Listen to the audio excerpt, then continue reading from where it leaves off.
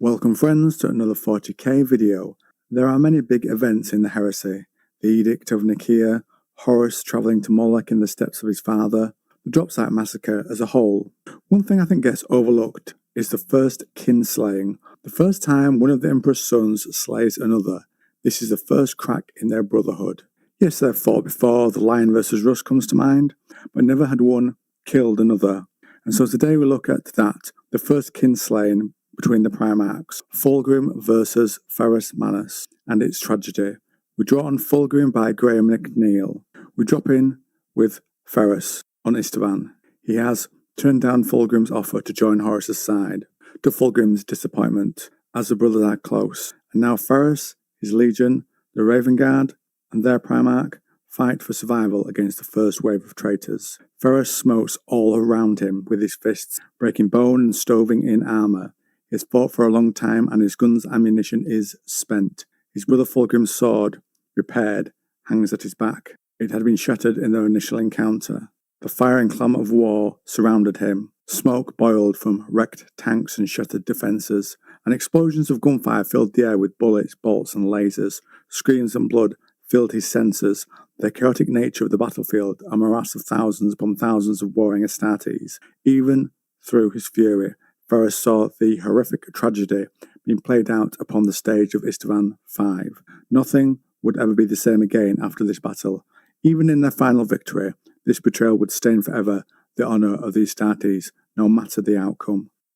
And in the fighting he felt a moment of hope when more brother legions arrived to support him and his dying legion. Tens of thousands of his fellow Astartes poured onto the surface of Istvan, and in a single stroke, the loyalist force was more than doubled in size. Ferrus punched the air in righteous vindication as he watched the power and might of his brother legions fill the black desert behind him, their warriors, fresh meat for the battle.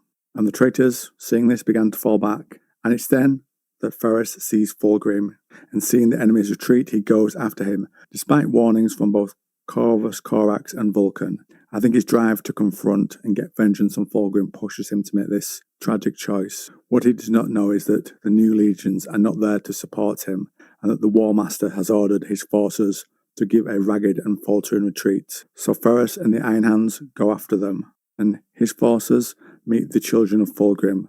He says that he wants to face Ferrus alone. When that happens, the Primarch notes Ferrus's reforged sword. Ferrus says, "I reforged it only to see you dead by a weapon forged by my own hand." Fulgrim reveals the hammer he stole from Ferrus. Fulgrim says he approached Ferrus because of his friendship, and it was thrown back at him. Ferrus says Horus is mad, and it's then Ferrus says that things are over for Fulgrim and his warriors. Fulgrim laughed at the stunned look on Ferrus Manus' face as the forces of his allies opened fire upon the Salamanders and Raven Guard. Hundreds died in the fury of the first moments, hundreds more in the seconds following, as volley after volley of bolter fire and missiles scythed down their unsuspecting ranks, and then the retreating forces turned to face their desperate loyal brothers. Despair etched Ferrus's face. "Only dismal defeat and death await you, Ferrus," said Fulgrim. "Horus has commanded your death, but for the sake of our past friendship, I shall plead your case to him. If you throw down your arms, you have to surrender, Ferrus. There is no escape." Ferrus says he will not surrender. And with that, Fulgrim resigns himself. The weapons, forged in brotherhood, but wielded in vengeance, met in a blazing plume of energy.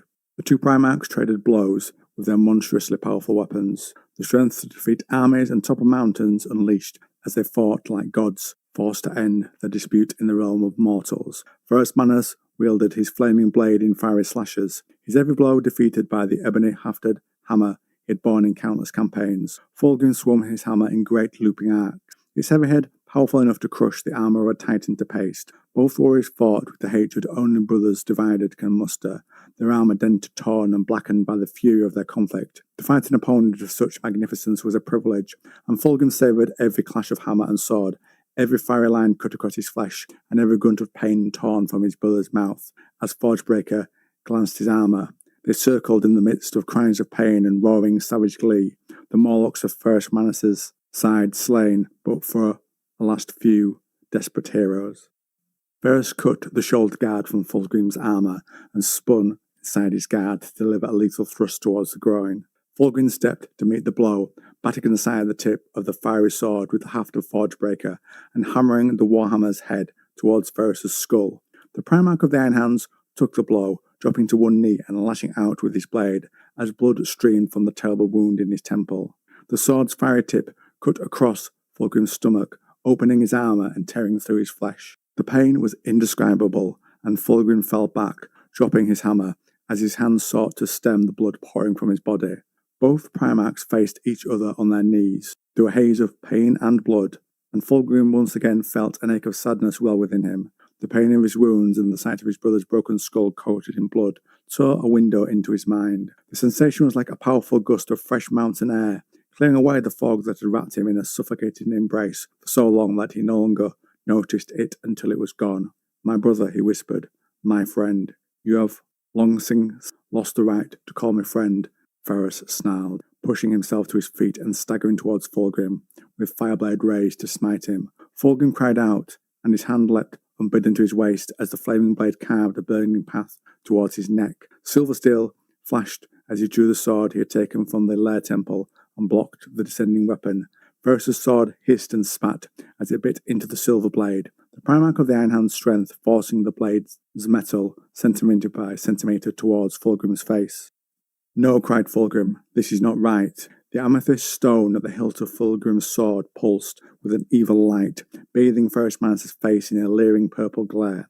Energy streamed from the blade, and musky smoke billowed around them, deadening sounds and obscuring sight. Fulgrim felt a monstrous presence swell around him, his power and nameless essence more intoxicating and dreadful than anything he could ever have imagined. Diabolical strength flooded his limbs, and he pushed against the power of Ferrus Manus, feeling his brother's surprise at his resistance. With a cry of animal rage, he surged to his feet and hurled Ferrus Manus back, spinning and lashing out with his sword. The silver edge bit deep into the breastplate of his brother's armour, and the Primarch of the Iron Hands cried out, falling to his knees once again as the blade's flaring energies parted his dark armour like a fingernail through cold grease. Hot blood sprayed from the wound, and Fireblade slid from Ferrus's hand as he gasped in fiery agony. "Finish him, kill him," voice screamed. And to Fulgrim it seemed as though it echoed across time and space, as well as within his skull. He staggered with the blunt force of its imperative, lurching as though his limbs were not his own to control. His normal grace and elan were forsaken as he falteringly raised the silver sword in preparation of delivering the death blow to Ferrus Manus. Unknown energies coruscated along the notched blade and down the length of his arms into the meat and bone of his wounded body.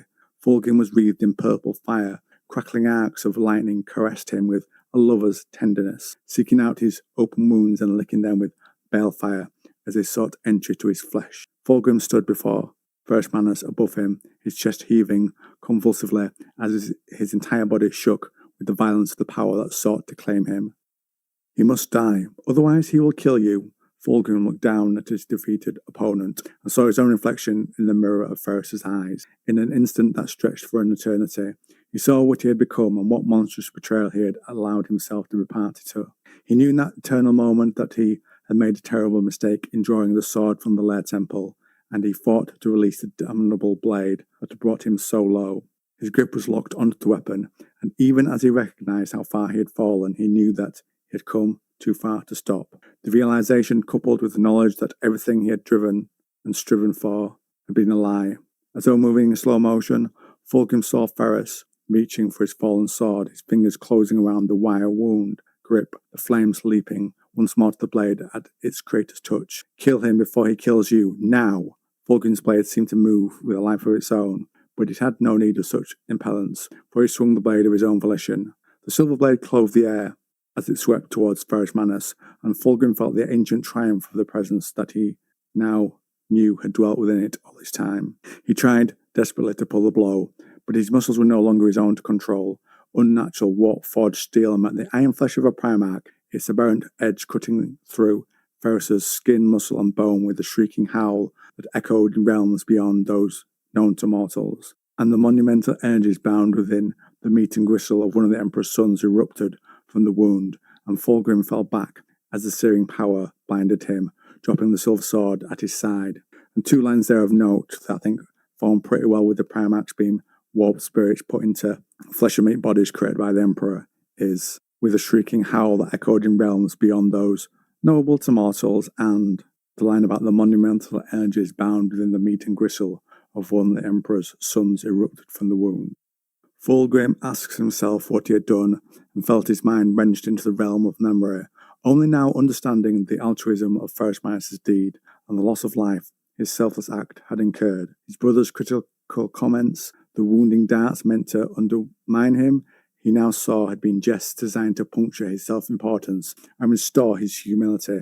Then he says, "Everything I have done is ashes." He attempts to end his life, but the demon within that came to him through the blade says, "Not that way," but offers the sweet emptiness of eternal peace. "I can grant you what you crave, an end to guilt and pain," and Fulgrim takes it from the demon. So the demon fully takes over his body, while somewhere the mind of Fulgrim is trapped away, repressed, and forced into some sort of realm of escapism.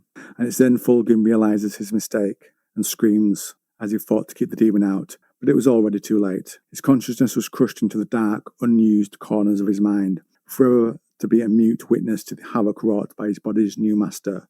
One moment, Fulgrim was a Primarch, one of the Emperor's children. The next, he was a thing of chaos. When Fulgrim's body later meets Horus, Horus knows that this creature is not his brother, and it says it's a creature of the warp that wants to ally with him. It says, "Fulgrim and I certainly do not wish him any lasting ill. For some time I've been his conscience, quietly advising him in the lonely watches of the night, advising him, cajoling him, comforting him, and steering his course of action. This is what made Fulgrim join with Horus when Horus asked him, and it gave Fulgrim the strength to finish off his brother." And then later the demon captures Fulgrim's, let's call it his soul, in a painting, whilst the demon leaves him in agony and walks away in his body. Now I understand there is a short story that adds to this moment that I shall pick up in the future, and the soul trapped in the painting lifts a bit of, in a different context, but a bit of inspiration from a old novel called The Picture of Dorian Gray by Oscar Wilde, where within the title character explores his sensuality under the hedonistic influence of another, and he owns a portrait which takes on his sins and gives him immortality. Whatever happens to him happens to the portrait, basically. And in the end, he later realizes he can't escape his crimes, and so he tears up the painting and dies because he realizes that he can't escape his crimes. And I think that has some parallels in terms of being trapped in the painting and some of the journey of Fulgrim during this novel. So you can see a few parallels there, and forgive the brief butchered summary of Dorian's story.